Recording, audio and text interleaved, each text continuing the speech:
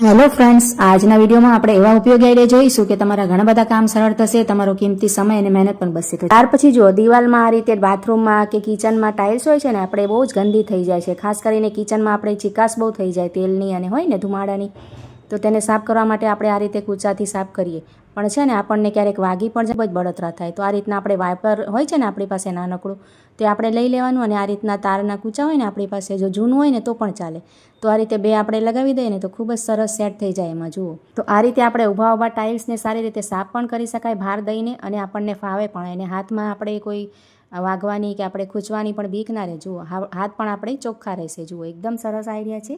આ રીતે કિચનની કે બાથરૂમની ટાઇલ્સ દિવાલની હોય ને તો આપણે ઊભા સરસ સાફ કરી શકાય. સારો લાગે આઈડિયા તો લાઇક કરજો અને કમેન્ટ દ્વારા જરૂરથી જણાવજો. જ્યારે પણ આપણે કપમાં ચા કે પછી કોફી ભરતા હોય ને તો આ રીતના આપણે જો નાની ગણી ચા માટે રાખીએ છીએ, પણ આ રીતે સીધી ના રહે ને તો શું થાય કે પ્લેટફોર્મ ઉપર આપણે છે ને ચા ઢોળાય, તો તેનાથી બધું ગંદુ થાય. તો તેના માટે તમને એક સરસ આઈડિયા બતાવું છું. આપણે આ રીતે ગણીને નહીં રાખવાની.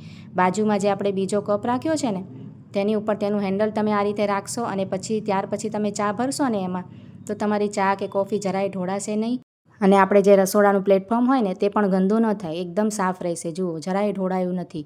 અને જો આપણે 2 કપ ભરવા હોય, બીજું કપ પણ બાજુમાં ભરવું હોય ને તો ગણીને આ રીતે ફેરવી નાખવાની. બીજા કપ ઉપર તેનું હેન્ડલ મૂકી દેવાનું અને પછી બીજો કપ પણ આપણે સરળતાથી ભરાઈ જશે. નાનો છે પણ ખૂબ જ સરસ આઈડિયા છે, જરૂરથી ટ્રાય કરજો. જો આ રીતે મેં બંને કપ ભરી લીધા છે. તો ચાલો હવે નેક્સ્ટ આઈડિયા આપણે જોઈ લઈશું.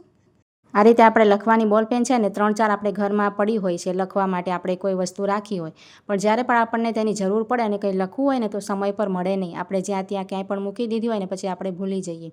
તો તેના માટે આપણે શું કરવાનું, આ રીતના કોઈ પણ એક જૂની બંગડી હોય ને, આપણે ના વાપરતા હોય ને એ રીતની બંગડી એક લઈ લેવાની, અને જે બોલપેનનું આ રીતનું હોય છે ને, જુઓ તેને જરાક ઉચકાય અને આ રીતને બંગડીમાં પરોવી દેવાનું. તો આ રીતે જેટલી પણ તમારે 3-4 બોલપેન હોય ને રાખવી હોય ને તો તરત આ રીતે આપણે સેટ કરી શકાય બંગડીની અંદર. તો અહીંયા જો 4 બોલપેન મેં એમાં સેટ કરી દીધી છે. તો આ બંગડીને છે ને આપણે ક્યાંય પણ સામે ટીંગાડીએ ને જ્યાં આપણે લખતા હોઈએ કિચનમાં કે, તો આ રીતે તમને આરામથી મળી જશે સમય પર, ક્યારે પણ ખોવાશે નહીં અને કામ પણ આવી જાય. જો અહીંયા એક આ રીતના ખીલી વગેરે કે દરવાજા પાછળ પણ ખીટી આપણે રાખીએ છીએ ને ત્યાં પણ આપણે ટીંગાડી શકાય. તો છે ને સરસ આઈડિયા.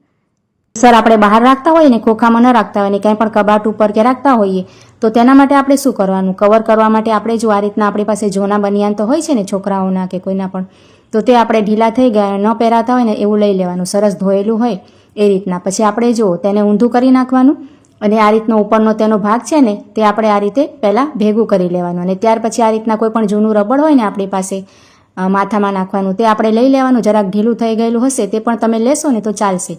અને આ રીતે તેના કઠણ રીતે 2-3 આટા લગાવી દેવાના. જુઓ તમે સિલાઈ પણ કરી શકો, તમારી પાસે સિલાઈ મશીન હોય ને તો પણ કરી શકો, અને સિલાઈ ન કરવી હોય ને તો આ રીતે પણ ચાલે. જુઓ 3 આટા મેં લગાવી દીધા છે સારી રીતે. આ રીતે આટા લાગી જાય ને પછી આપણે છે ને તેને સવડું કરી લઈશું. આ રીતે સીધું કરી અને આપણે સારી રીતે તેને કવર થઈ જશે એ રીતે તમને એમાં પહેરાવીને બતાવું છું. જુઓ આ રીતે સીધું થઈ ગયું છે.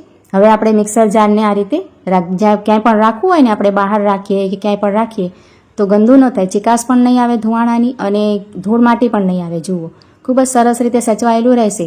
અને જો આ રીતનું બનિયાન તમારે ન લેવું હોય તો કોઈ નાના બાળકો હોય તમારે ઘરમાં તો ટી-શર્ટ પણ લઈ શકો.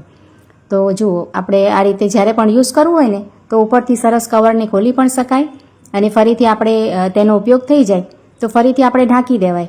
તો એકદમ સારું રહેશે તમારું મિક્સર લાંબા સમય સુધી. આપણે રોટલા બનાવવા માટે બાજરાનો લોટ છે ને આપણે 1 કિલો 2 કિલો મંગાવીને રાખતા હોઈએ, પણ ક્યારેક થોડુંક જૂનો થાય ને તો તે કડછો થઈ જાય ને તેમાં જીવાત પણ પડવાની આપણે શક્યતા રહે. તો તેના માટે આપણે છે ને તેને આ રીતે બહાર નહીં રાખવાનું.